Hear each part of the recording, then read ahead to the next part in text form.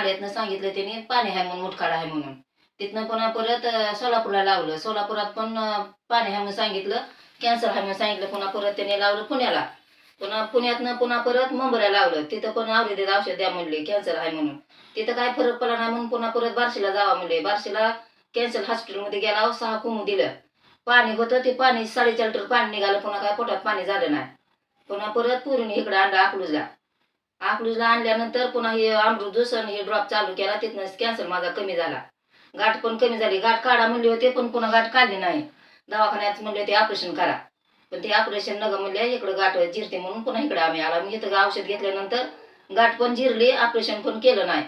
आता मी रानात चांगलं काम करते, जेवण जाते, व्यवस्थित राहिली. आता दवाखान्यात तुम्हाला आता गोळ्या वगैरे आता दवाखान्याचं 6 महिने झालं, गोळ्या नाही, ते औषध नाही, काय नाही. हे ड्रॉप मी बाटलीची एवढी पिते मी, दुसरं काय नाही. आता सगळं काम हे करते, जेवण हे करते, व्यवस्थित आहे आता.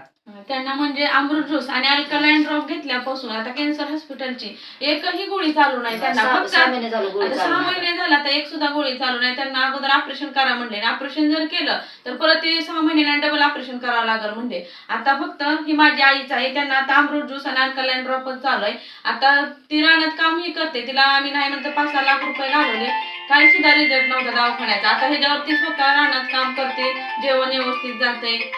हर हर यश, घर घर यश.